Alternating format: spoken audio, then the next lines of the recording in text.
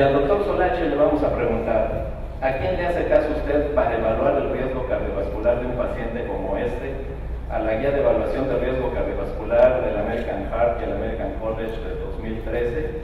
¿A la norma oficial de dislipidemias o a las guías europeas? Bueno, un paciente como este, como ya dijimos, ya se infartó, ya tengo que considerarlo riesgo alto para que pueda ser prevención secundaria. Pero previo, es un sujeto que yo en lo personal me guío con las guías del American College para definir el grupo al que pertenece. Entonces nos vamos a agarrar a lo lindo. Entonces,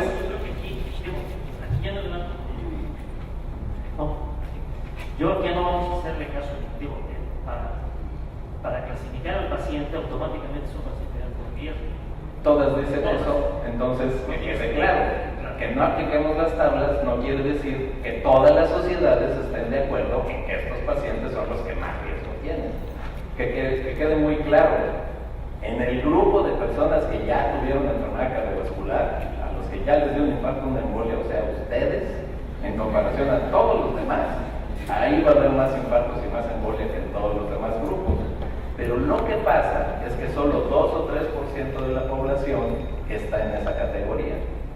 ¿Sí? El 90 y tantos % de los que andamos caminando no hemos tenido una enfermedad cardiovascular. Pero que quede claro que todas las asociaciones dicen, ustedes están fregados. Y entonces, en la evaluación del riesgo, que vamos a hacerlo en todos los demás, vamos a aplicar las tablas, pues lo que nos piden en estas tablas es que pongamos, como ya se dijo, esta cosa, qué sexo, si es mucho o feo, la edad, la presión arterial sistólica solamente, que pongamos el colesterol HDL, que si fumas o no fumas, si estás recibiendo tratamiento antihipertensivo y si tienes diabetes o no. No nos preguntan desde cuándo la tienes, qué tan bien controlada la tienes, etcétera, que son cosas que no se pueden meter en las tablas y que son muy importantes del riesgo, porque a lo mejor una persona tiene exactamente las mismas características de otra, pero resulta que uno lleva 15 años con la diabetes y mal controlada y otro apenas lleva un año y muy bien controlada y ya le pusimos diabetes que le va a dar los mismos puntos de riesgo.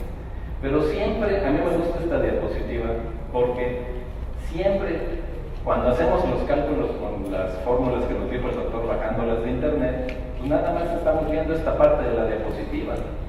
Y nuestros pacientes pueden tener otros marcadores y factores de riesgo, como ya pusimos el de la artritis reumatoide, que pueden ser útiles en casos de duda, en casos especiales como este de artritis reumatoide, en casos que les calculamos y decimos que tienen riesgo intermedio. ¿Por qué? Porque que si tiene la proteína C reactiva alta, que si tiene una enfermedad antiinflamatoria, que si tiene historia familiar de enfermedad cardiovascular prematura, pues todo eso nos va a hacer que el riesgo calculado sea mayor al que realmente tiene el paciente en presencia de esas condiciones.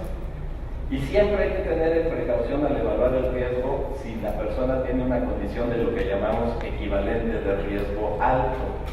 Es decir, hay personas que no han sufrido un infarto, ustedes se pueden ir. ¿Sí? Hay personas que no tienen infarto, pero que tienen alguna condición de riesgo alto, cuyo acrónimo sería CORA, que los pone en una situación de riesgo equivalente al de ellos, como puede ser hipercolesterolemia familiar, diabetes mellitus, enfermedades autoinflamatorias, autoinmunes inflamatorias sistémicas, tener daño de órgano blanco, daño renal por la diabetes o por la hipertensión. Todo eso los colocaría automáticamente junto a ustedes, para que vean que no están tan solos. Entonces, esto es la diapositiva yo creo que más importante de este taller. Entender que los cálculos los hacemos con unas 8 variables, pero que hay mucho más allá que interviene en lo que el riesgo real del paciente es. Entonces, vamos a ver una cosa que también es muy importante decir: cuando evaluamos el riesgo, estamos evaluando el riesgo de diferentes desenlaces según la fórmula o la tabla o la guía a la que le hagamos caso. Por ejemplo, el doctor nos presentó los cuadritos muy bonitos del score europeo, que nada más evalúan la posibilidad de muerte por enfermedad enfermedad coronaria y muerte por enfermedad vascular cerebral. En rojo están lo que llamamos eventos sólidos, los que tienen mayor contundencia estadísticamente hablando, y en azul está lo que llamamos desenlaces blandos. El Framingham, hay 3 scores de Framingham. Uno es el coronario que nos habla de coronario integral de 1998, que incluía desenlaces sólidos como estos dos, de muerte por enfermedad coronaria, infarto fatal y no fatal, pero también desenlaces blandos coronarios, como son la angina de pecho, ahora llamada angina coronaria, y lo que sería la angina inestable. En el EDCPATP3 se modificó el score de Framingham original del 98, se hicieron nuevas ecuaciones de cálculo, quitando los desenlaces blandos y dejando solamente estos desenlaces duros de tipo coronario.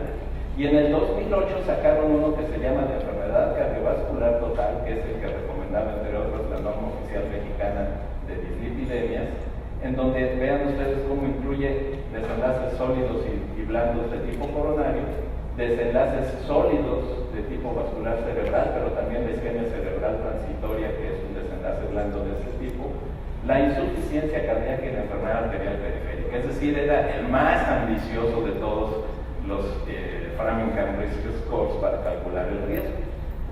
Y luego el Quick Risk, que es uno europeo que quizás sea el mejor, porque se va actualizando año con año de acuerdo a la epidemiología que hay en Europa. Y este básicamente es, más bien dicho, de las Islas Británicas, de Gran Bretaña, y incluye otro tipo de desenlaces. Y el que es fanático del doctor Solache, que ya nos dijo que él lo prefiere, es el de las cohortes reunidas o aglomeradas, que es lo que recomendó la American Heart y el American College of Cardiology en 2013. El colesterol se llama el panel de expertos sobre colesterol sanguíneo, y ellos lo que recomiendan evaluar es la muerte por enfermedad coronaria, el infarto fatal y no fatal, y el EBC fatal y no fatal, y la muerte por EBC. Es decir, es como el score, que nada más es de eventos fatales, ampliado a incluir eventos no fatales, pero sólidos. Entonces, cuando hablamos de riesgo, por eso tenemos que decir riesgo de qué, ¿y con qué te lo calculé? Si te lo calculé con el score, y dicho sea de paso, el Global Risk, que es un score parecido, van a ver las tablas, las vamos a ver al rato, es como el score, además de eventos sólidos fatales, ¿sí? Y pues entonces te voy a decir cuál es la probabilidad que tienes de morir por enfermedad coronaria o enfermedad vascular cerebral. Si te calculo el del American College y American Heart de 2013, no es nada más riesgo de morir, es también de que te dé un infarto fatal o no fatal, o un EBC fatal, y no fatal también. Entonces, que quede claro que tenemos que ponernos de acuerdo en qué es lo que estamos evaluando. Ahora sí vamos a entrar a los casos clínicos. Segundo caso, esta es una mujer de 56 años, diabética e hipertensa, que todavía no ha tenido un infarto, una embolia, enfermedad arterial periférica clínicamente. O sea, está de este lado, ¿sí? Pues no está todavía con ustedes, ahorita se les pasamos. Su madre falleció por diabetes a la edad de 65 años por un EBC. Tiene obesidad desde los 18 años, tuvo preeclampsia en su primer embarazo, de los 6 que tuvo. Su fecha de última menstruación fue a los 43 años y no ha recibido terapia de reemplazo hormonal. Nunca ha fumado, es sedentaria, no lleva una dieta adecuada para sus padecimientos, ya tiene 16 años siendo diabética, o teniendo diabetes mejor dicho, y tiene 11 años de evolución con hipertensión arterial. Como la gran mayoría de las mexicanas, toma esta combinación de metformina y glibenclamida 855 3 veces al día, su aspirinita de 100 miligramos y 2 tabletas de enalapril al día. Ella no sabe qué cifras de glucosa tiene, y de la presión arterial, siempre que va al doctor, le dice que está bien. Primer factor de riesgo, que el doctor sepa cómo es el paciente y el paciente no lo sepa. Saben, eso sí, siempre le dicen que su colesterol sale normal y que los triglicéridos han estado altos, y por temporadas, de acuerdo a la medicina basada en existencias, le dan besafibrato 2 al día.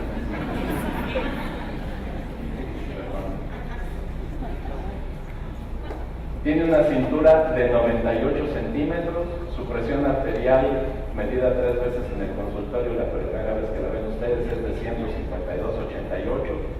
Tiene disminución de pulsos pedios y tibiales posteriores a la mitad en relación a los radiales. Tiene datos de retinopatía proliferativa en el fondo del ojo como lo más importante al examen físico. Un electro normal, su glucosa de 142, una hemoglobina glucosilada A1C de 9%, que quiere decir que el promedio de glucosa en ella es de 210 en 24 horas, una creatinina de 1.4, que si ustedes le calculan la filtración glomerular, me han de creer que está en 42. Ahorita nos van a decir los doctores qué quiere decir eso. Tienen huellas de proteínas en el examen de orina, examen úrico 7.5, tiene elevada la TGO 2.5 veces por encima del valor medio normal. Su colesterol total es de 185, menos 35 del HDL, el no HDL es de 150. Triglicéridos de 225 entre 5 serían 45, pero el LDL, si le quitan 45 al no HDL, el LDL calculado es de 105. Entonces vamos a empezar otra vez aquí a fusilarnos a los doctores. Doctor Alejo, ¿cuál fórmula, ecuación o tabla de riesgo utilizaría usted para evaluar el riesgo de una paciente así? O dicho de otra forma, ¿riesgo de qué le evaluaría? Sí, que sería la segunda opción, riesgo de muerte por enfermedad coronaria y AVC, o lo mismo, más no solo fatal, sino también no fatal, riesgo coronario sólido, riesgo cardiovascular total, de toda esa bola de cuál. Bueno, sería riesgo de todo. Es una paciente que tiene. ¿Pero cuál usas?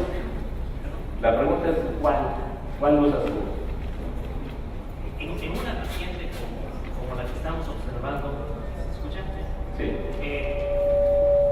Que tiene múltiples factores, por cualquier método, automáticamente va a ser una paciente que quedaría en el grupo de alto riesgo cardiovascular. Porque la diabetes es un equivalente de pero riesgo. además, Pero ¿se lo evalúa? La neta. No, la verdad, ahí ya no necesito evaluar. Yo, lo personal, si ya sé que ya tiene muy alto riesgo cardiovascular, ya tiene aterosclerosis. O sea que son los diabéticos que andan en estos No, grupos pero ya los pasaste para acá. No, pero esta paciente ya tiene, no tiene calculado el índice de graso, pero ya está visible. Esta paciente ya tiene aterosclerosis. Ya, además, o sea, no solo es diabético. Ya por el solo hecho de ser diabético lo pasarías para acá. Pero además es hipertensa, con dislipidemia, y del riñón, ¿cómo anda? Tiene huellas de proteínas en la orina. Ya filtración glomerular se olvida. Un Kadoki 3 veces se llama eso, ¿no? Que tiene la filtración glomerular. Simplemente si se lo calculo con el score, automáticamente quedaría en un riesgo de 10%. El score europeo. No, ese no, porque las tablas del score no son para diabéticos. No, pero digo, si le calculo el riesgo cardiovascular, el hecho de que tenga una creatinina alterada, ya con ese simple hecho, ya lo establece. O sea, desde el solo hecho que es diabética, se le paga. Pero que es diabética. Entonces ahora al doctor Bautista le vamos a preguntar, que quede claro, le pueden evaluar el riesgo, pero ya de entrada me la ponen acá, porque luego el riesgo que le calculen, pues a lo mejor sale que no era para ponerla acá, pero de entrada me la ponen acá, ¿sí? Que quede claro. ¿Por qué? Porque la diabetes es una condición de riesgo alto. ¿Usted sabe, doctor Bautista, cuál es el método de evaluación de riesgo que recomienda la norma oficial mexicana de dislipidemia? Se vale decir no, ¿eh? La que presentamos, la última que hicieron de score score, que es donde las modificaciones de la ATP3, donde se hace medición de perfil de líquidos y en base a perfil de líquidos de presión arterial se da ese valor de riesgo. Pero aquí, con respecto a dónde la clasificaría, sería exactamente lo mismo. Un paciente que tiene diabetes tiene daño por ¿Cuál es el método de evaluación que recomienda la norma oficial mexicana de dislipidemia? Si no me equivoco, es la de Fran. riesgo cardiovascular total. Sí. Es que ¿saben por qué hago esta pregunta? Y las otras dos ya me las brinco para la tranquilidad del doctor Solache. Nadie conoce las normas oficiales mexicanas. Recientemente nos reunieron en Cancún a 110 cardiólogos y les hicimos esa encuesta y una pequeña fracción de los cardiólogos mexicanos conocen las normas oficiales mexicanas. ¿Qué creen? Que las normas oficiales son normas obligatorias en todo el país, en medicina institucional o privada y de observancia obligatoria. Entonces, la intención de esta pregunta no era poner en evidencia al doctor Bautista, porque ¿qué creen? El 95% de los cardiólogos mexicanos no conocen la norma oficial mexicana. ¿Por qué? Porque son ilegibles, porque están hechas de una manera que realmente dice uno, ¿what? Pero la respuesta sería el riesgo de Framingham, de enfermedad cardiovascular total.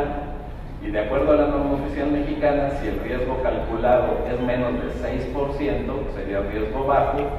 Si está entre 6 y 20% y es hombre, sería riesgo intermedio. Y más de 20% sería riesgo alto.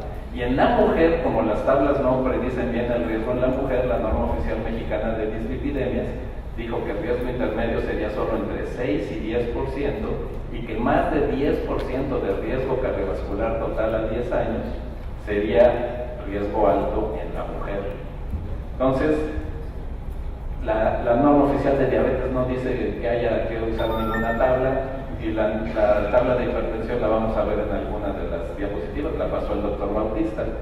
O sea, me dio gusto que el doctor Bautista dijera, pues neta, no sé, y que el doctor dijera, creo, porque eso es lo que está pasando, y perdón por mi buen español, pero no nos hagamos güeyes, ¿sí?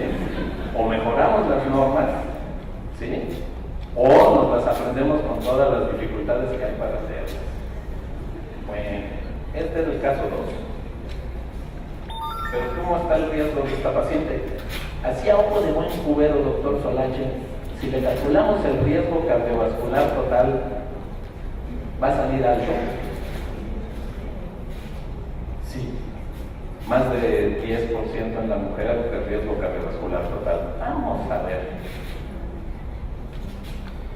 Entonces le metemos todos los datos: femenino, 56 años, presión sistólica de 152, colesterol total 185, HDL 35, no fuma, si está en tratamiento para la hipertensión, si es diabética. Con estos datos vamos a calcular. Pero esta paciente además es obesa, tiene hipertrigliceridemia, larga evolución, descontrol crónico, hiperuricemia, probable hígado graso, un K2 3B, es decir, que ya su función renal está disminuida y que eso junto con proteínas en la orina nos dice que ya tiene nefropatía diabética y además retinopatía proliferativa, o sea que su microcirculación está del asco, disminución de pulsos inferiores y el peor factor de riesgo, nivel socioeconómico cultural bajo. Eso es el peor factor de riesgo. Una persona que su nivel sociocultural le impide tener acceso a medicamentos, atención médica y querer vivir más años fregado, porque esa es la realidad en el fondo, hace que la gente no se cuide. Y eso es lo peor. Entonces vamos a ver cómo sale. Primero vemos la tablita de la Sociedad Europea de Hipertensión, la más actual, la de 2013, y esta paciente ¿dónde caería? Pues caería aquí abajo, porque es una mujer que tiene diabetes más daño de órgano blanco u otros factores de riesgo mayor, ¿sí? Independientemente del nivel de presión que tuviera una mujer con estas características, de acuerdo a la tabla europea, nos dice que es de riesgo muy alto. Entonces, ahí con tablita sale de riesgo muy alto. Si le metemos al Framingham Risk Score, y eso ustedes lo pueden hacer desde su celular si no me lo creen, píquenle Framingham Heart Study, les aparece la página del Framingham Heart Study. Y luego ahí vienen arriba de unas filas donde dice Risk Function, entonces funciones de riesgo, le pican ahí y a la izquierda les aparece qué riesgo quieres calcular, porque hay muchos riesgos que pueden calcular con las datos de Framingham, y le pedirían el cardiovascular total a 10 años. Y a 30 años. Entonces, fíjate que tenía razón el doctor Solache al decirnos que iba a salir algo. Esta paciente tiene un riesgo, tiene un riesgo a 10 años de 27%. La edad vascular de esta paciente, que tiene 56 años, es de 86 años. O sea, esta mujer a sus 56 años tiene el riesgo de una mujer sana de 86. ¿Sí? Eso se les da también esta página. A 30 años tiene 81% de riesgo cardiovascular total. Y cuando se meten en la función de riesgo de 30 años, les dice que de eventos duros, o sea, de puro infarto, EBC y la muerte por enfermedad cardiovascular, sea coronaria o vascular cerebral, es de 61%. Y eso nada más con estos datos. Pero acuérdense que todas estas cosas que tiene aparte, quiere decir que esta señora seguramente está en el 10%, en el 27% a 10 años. Entonces, sí salió algo, como decía el doctor Solache. Ahora, doctor Alejo, el GloboRisk. El GloboRisk es como el score europeo, pero hicieron una adaptación ahí con la epidemiología de México y con la mortalidad reportada en México, en China y en otros países, y sacaron una tabla que se llama el GloboRisk. ¿Cómo crees que salga en el GloboRisk? Con un riesgo. Primero no han dicho cuál es la posibilidad de riesgo alto. Si le hacemos caso al score europeo, que es su papá, ¿sí? Pues 5% más sería riesgo alto, 10% más sería riesgo muy alto, entre 1 y 4 sería riesgo intermedio. ¿Cómo crees que saldría en el GloboRisk? Conociendo las clases de preguntas que haces. Me conoce mejor que mi señora. Seguramente saldría con un riesgo más bajo. Pregunte para que ya no me pase. Sí, por los demás. Sí, mira, sí me conoce. Entonces, ahí está la tabla de GloboRisk para mujeres. Y nada más yo me permití cortarle, porque tiene 70, 75, 85. ¿Por qué creen que le corté de arriba? Porque ya después de los 70 años, todas las mujeres y todos los hombres ya son de riesgo de 5% más, riesgo de muerte por enfermedad coronaria o enfermedad vascular cerebral.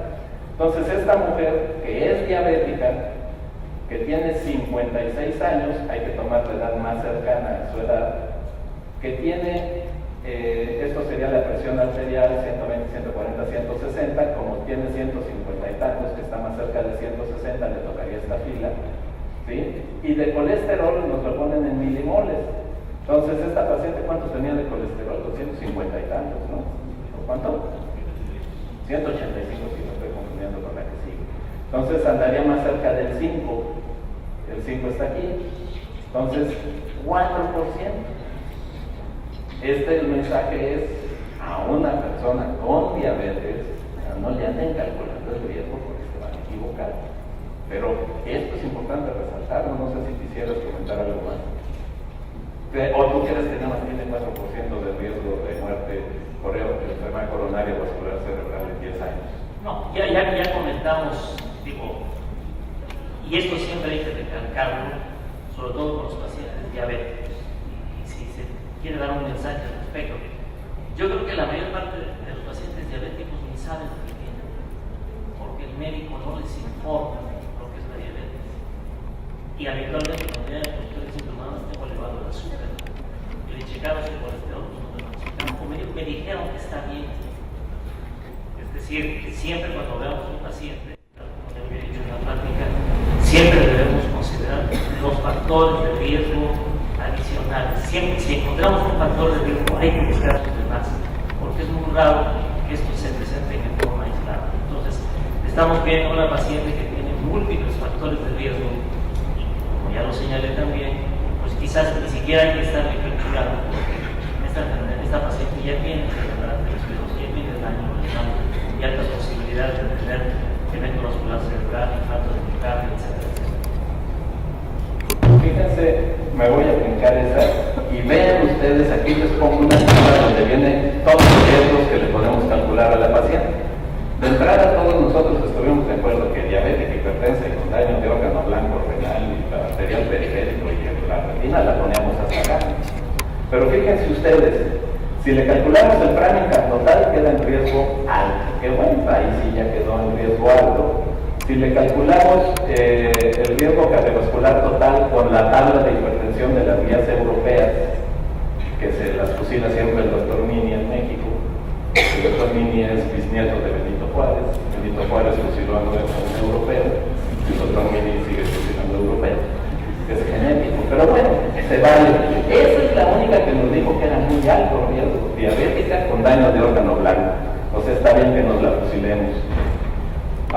estoy hablando del riesgo a 10 años.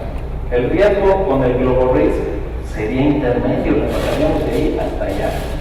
Entonces, por eso hay que tener prendido el cerebro antes de agarrar estas tablitas. Y si le medimos el riesgo recomendado por la American Heart y el American College, metiendo los mismos datos nada más en la página correcta, en el Atherosclerotic Cardiovascular Risk Calculator, Risk Estimator, así en la página del American College of Cardiology, lo pueden bajar ustedes, pues sale que es de 10.8. O sea, su riesgo de enfermedad fatal y no fatal, coronaria y cerebrovascular de eventos sólidos, es de solo de 10%, 11. Eso dice, vamos a ver después en el taller de líquidos que cómo hay que manejarlos, pero como que no apantalla tampoco, ¿verdad? Y normalmente viene siendo el triple de lo que sería el evento fatal, o sea que sí correlacionan estas dos mentiras.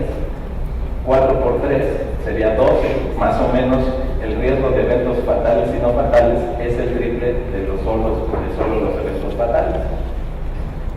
La Asociación Nacional de Lípidos en 2014 en Estados Unidos nos dijo que si tiene 3 o más factores de riesgo en la persona es de riesgo alto, y que los diabéticos son de riesgo alto, y que los diabéticos con daño de órgano blanco son de riesgo muy alto. O sea, esta también, la National Lipid Association, al igual que esta, nos la pondría en riesgo muy alto. Pero fíjense ustedes la discrepancia que pudiera existir si decimos, vamos a calcularle el riesgo. Y como ninguna de las tablas de cálculo de riesgo deriva de la población mexicana, por eso hay unos expertos que dicen que no se debe calcular el riesgo con ninguna de ellas. Pero el Global Risk ya hizo la corrección de factores de riesgo y sería la tabla que va a recomendar la nueva norma oficial mexicana de dislipidemias que actualmente está en revisión. O sea que para la próxima que te pregunte, pues ya me dijiste, sí, el Global Risk, para la próxima. Entonces, doctor Bautista, ¿con cuál se queda usted? De todas estas que le calculamos a esta paciente diabética hipertensa con daño de órgano blanco, ¿con cuál se queda? Las dos quedan de riesgo muy alto. De riesgo muy alto. Sí, es un paciente diabético con daño de órgano blanco, con disfunción arterial, que en cualquier momento va a tener una lenta. Tabla mata neurona. Cualquier tableta que usen ustedes, 8%, se les murió una neurona. ¿Sí? Lo que acaba de hacer el doctor es decir, no, yo voy a ver a la paciente, voy a interpretar qué es lo que tiene y voy a calificar su riesgo, y esto es nada más para darme una idea. ¿Estaríamos de acuerdo, doctor Solacho? Sí, sí, estamos de acuerdo. Creo que la situación es que desde un inicio, como dijo abajo de Juan Cubero, la clasificamos como de riesgo alto y no la quitamos de ahí. El planteamiento, creo que si nosotros analizamos con diferentes, me quedo con la más alta, con el grupo que implique mayor riesgo. Así es. Entonces, que quede claro, si la persona tiene diabetes, hiperlipidemia primaria, enfermedades inflamatorias, o tiene múltiples factores de riesgo con daño de órgano blanco, todos esos automáticamente, sin tablitas, se pasan acá con ustedes. ¿Estaríamos de acuerdo? Condiciones de riesgo alto. Ahora vamos a ver a esta mujer de 59 años que sabe tener elevación del colesterol desde hace muchos años. Su abuelo materno murió por infarto del miocardio a la edad de 51 años. Su madre, a la edad de 51 años, se descubrió que tenía hipercolesterolemia. En la tarde van a ver, en el siguiente van a ver cómo se diagnosticaba la hipercolesterolemia cuando se le diagnosticó a esta señora, de 330 a los 51 años. Vive sin enfermedad cardiovascular, tiene 88 años, bueno, de hecho ya tiene 93 y sigue viva el caso. Padre hipertenso muerto súbitamente a los 65 años, 2 hermanas sobrevivientes de cáncer. Ella está asintomática, tiene una dieta muy saludable, hace ejercicio todos los días. Fuma 10 cigarrillos diarios desde la edad de 20 años y le enseñó a fumar una monjita para ahuyentarlo. Lechuga que un conejo. A ver, una pregunta. Pero una dieta estricta en un vegetariano no impacta tanto una No, dieta... pero no es vegetariana, bueno. Come pescadito, pollo y carne pocas veces por semana, 3 huevos por semana, no le entra el tocino ni a las grasas trans. O sea, tiene una dieta sensacional. O sea, hay que verlo así, trae 160 que se cuida muy bien, no nada más trae 160, pero el 160 solo Dime, es poco regular. Definitivo, es alto, es alto. Se clasifica que calculárselo. No, sí hay que calcularse. Tiene un riesgo intermedio, como decíamos, no tiene antecedente familiar, pero tiene tabaquismo actual, que es un factor de riesgo importante. Tiene la dislipidemia. Idealmente, un paciente que tiene factores de riesgo cardiovascular debería tener menos de 100 de colesterol LDL. No, bueno, tiene, de guardar menos. el que tiene factores de riesgo debería ser menos de 120, entonces tiene dislipidemia, tiene el tabaquismo positivo. Entonces ya anda cerca de los 60, tiene franca hipercolesterolemia y fuma. Doctor Solache, a ojo de buen cubero, ahorita que le calculemos el riesgo, ¿cómo va a salir el riesgo? ¿Intermedio, alto o muy alto? El colesterol está alto, el LDL, fuma. El HDL está sensacional. Perdón, sí, el HDL está muy bien. Así a ojo de buen cubero. Yo creo que va a salir alto. ¿Ustedes están de acuerdo en que va a salir alto? La pasamos de una vez para acá, sin calculárselo. Es que esos son de muy alto, No, doctor. ¿verdad? Oigan, una pregunta. ¿Tiene hipercolesterolemia familiar? Ay, güey. Tenemos un dato que es el arco corneal, pero... Y su mamá con un colesterol Y por las una nubes, mamá. y el abuelo que se murió joven.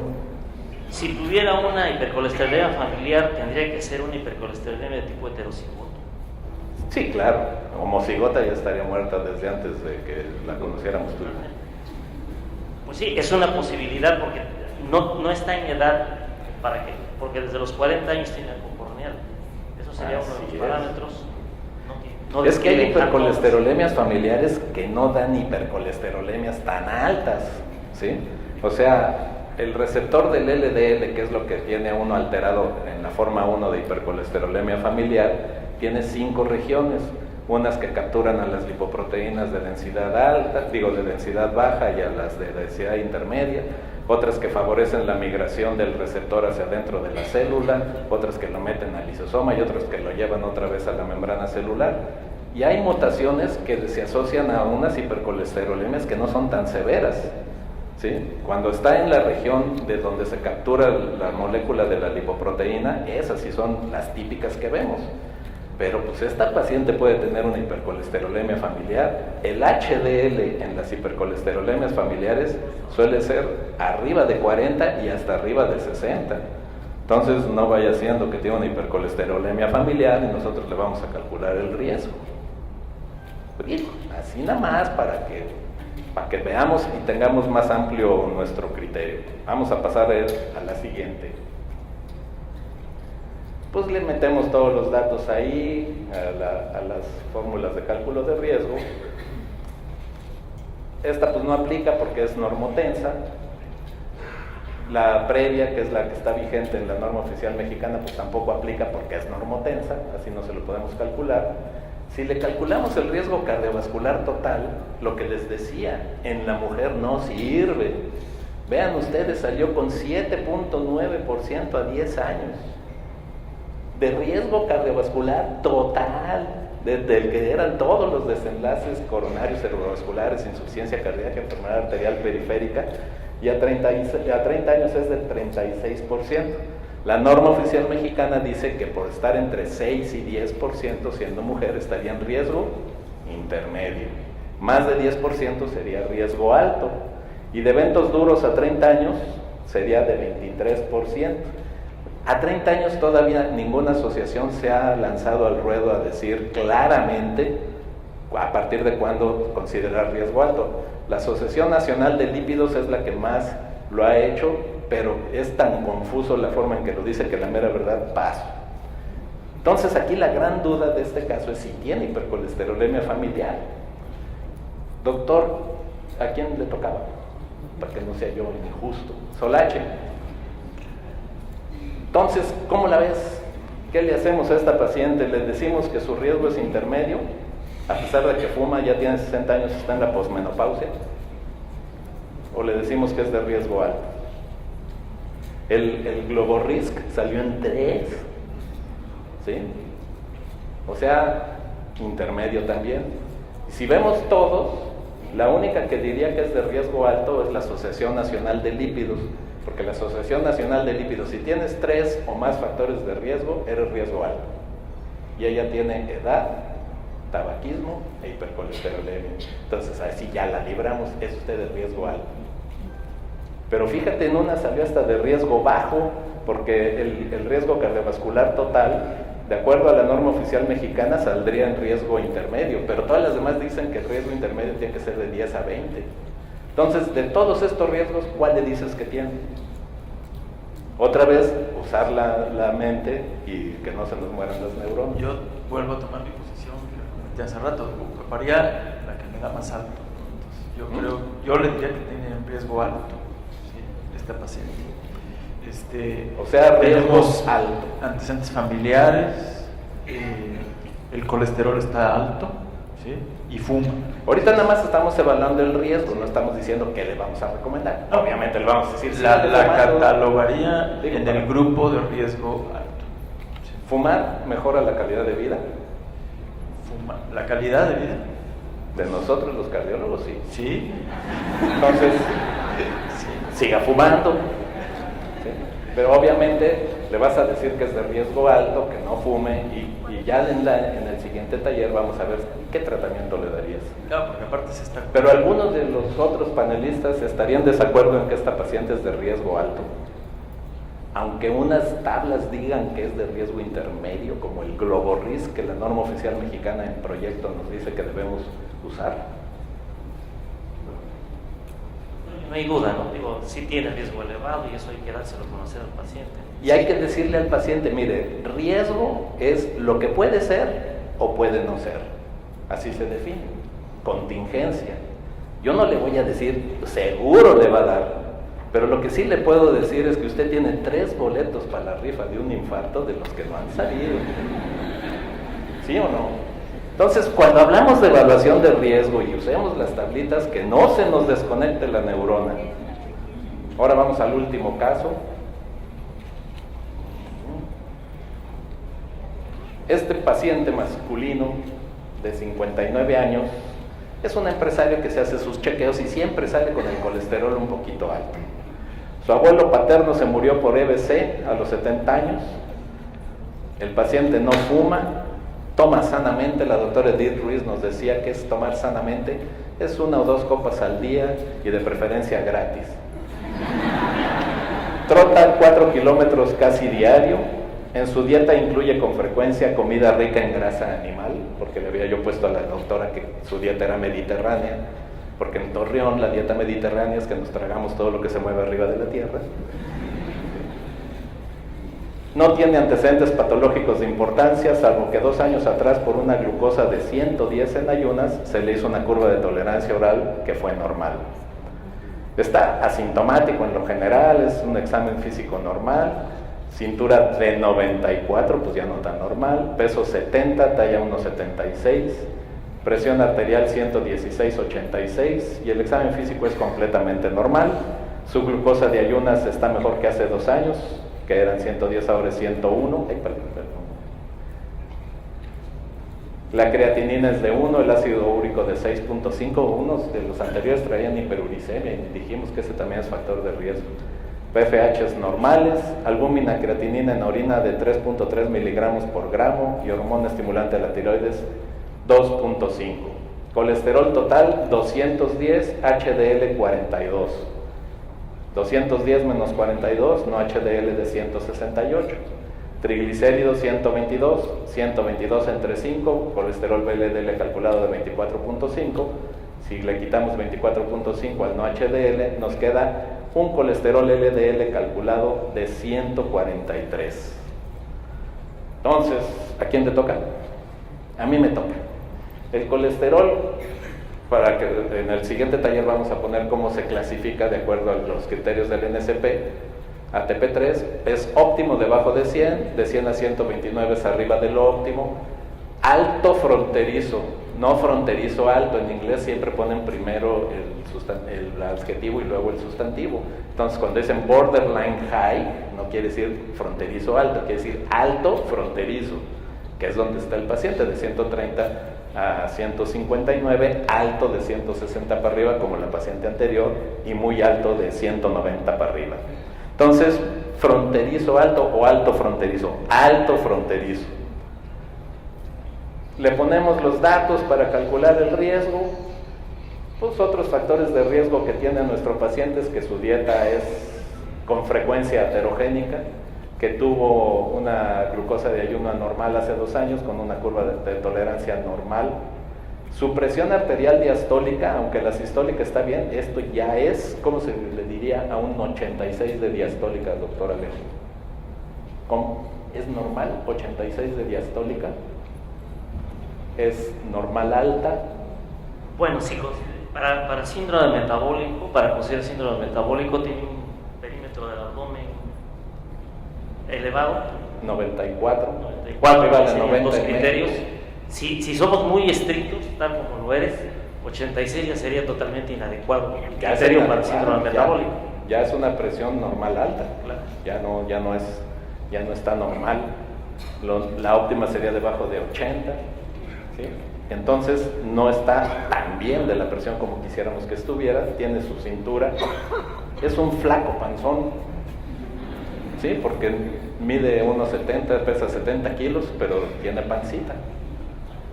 Y a su favor tiene que tiene un nivel socioeconómico cultural alto y una actitud preventiva, o sea, eso también es un factor, en este caso, de protección. Tan es así que ahí está en el consultorio checando. Entonces, a ver, doctor Bautista, ¿cuál método de cálculo de riesgo recomiendas usar y por qué en este paciente? De toda la bola que tenemos, ¿cuál vas a usar? Normalmente lo que yo utilizo es el Global Risk, que es el europeo. Tú usas el europeo, tú prefieres el europeo, el score. El score, exactamente. La tablita de riesgo del score. ¿Pero por qué? ¿Por qué prefieres esa? Es que esa era la intención de la pregunta, preguntarles a cada uno de ustedes, ¿cuál usas y por qué? Este es el típico paciente que no le ha pasado nada y le vamos a calcular el riesgo.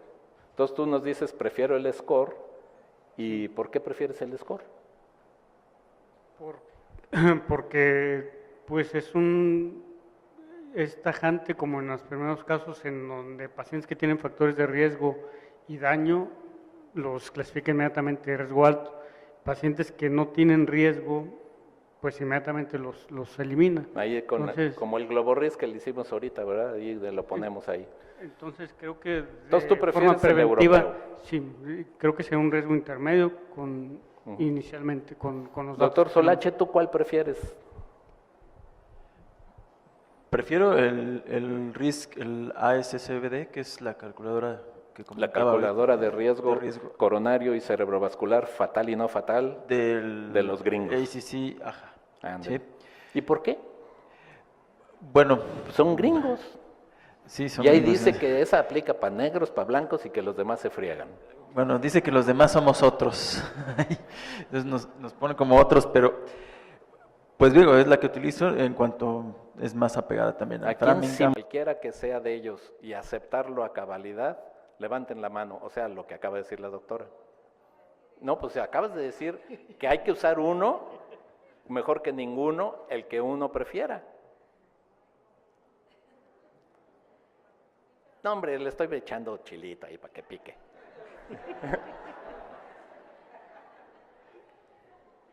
Doctor Moscoso. Sí, muchas gracias. Sin enojarte, por favor. Bueno, yo considero que la estratificación siempre va a ser fundamental. Yo creo que todos los que estamos en un juicio médico Tus amigos ya te... frente de un paciente, definitivamente debemos tener los métodos de estratificación. Es sano hacerlo. Y es sano hacerlo porque a veces el juicio clínico puede minimizar o sobreexpresar el riesgo. Y yo creo que donde está el problema fundamental es en el riesgo intermedio. El riesgo intermedio es donde nos jala para arriba o nos jala para abajo. Ahí está el problema básico. Y yo creo que debemos estratificarlo, debemos al menos conocer 1 o 2 criterios, porque si no se complican. Y se complican al estar revisando todos los scores, porque no todos los scores nos dicen de 5 a 10, de 10 a 20, de más de 20, que si es en el hombre, que si es en la mujer. Yo creo que deben de quedarse los ¿Cuáles conceptos recomiendas? muy prácticos. ¿Cuáles Para mí, recomiendas? Framingham. Entonces, En lípidos me gusta más ATP 3 modificado, desde el punto de vista mío, y obviamente lo de la calculadora nueva provoca mucha estatinización. vamos a ver, la calculadora nueva se refiere a la gringa que le gusta al doctor Solache, digo la calculadora gringa. Entonces, 2 Framingham, 1 gringa, 1 europea, ¿y tú? Abstención. Entonces, en conclusión, doctora Ruiz, hay que recomendarles usar uno, y de acuerdo a lo que acabamos de ver, como ustedes pueden ver, no hay uniformidad de criterios. Aquí yo creo que debemos de tratar de seleccionar las palabras más adecuadas. Evaluar el riesgo es en un país como el nuestro, que no tiene una base de datos de estudios observacionales que nos permitan saber qué le pasó a la población, como el Framingham, que ya lleva 3 generaciones, por lo cual a mí también es el que más me gusta, dicho sea de paso. Estamos de acuerdo, ¿sí? Pero el asunto es que sobrevalora el riesgo. Es el estudio que más sobrevalora el riesgo, el de Framingham. Entonces, ¿qué es lo que tenemos que decirle a la gente cuando evaluamos el riesgo? Que hay 1000 formas de hacerlo, como lo presentó el doctor Bautista, que ahí puso una diapositiva en que había otras bolas de formas de hacerlo, pero la clave la dice al final el doctor Moscoso. Puede ser que podamos identificar fácilmente a la gente de bajo riesgo, los que no tienen ningún factor de riesgo o tienen uno. Puede ser muy fácil decir, son de riesgo alto los que tengan 3 o más, como dice la Asociación Nacional de Lípidos. Y cuando tengas 2 factores de riesgo, calcúlale el riesgo. Yo nada más lo que digo es, consciente de que te vas a llevar sorpresas, de que hay inconsistencias y que por eso no pierdas de vista que la tabla es importante, que la ecuación es importante, pero que no pierdas de vista todas las características del paciente. Entonces vamos a dar 10 minutos, 8 minutos de descanso antes de comenzar el siguiente simposio. Por favor, en 8 minutos, aquí los esperamos.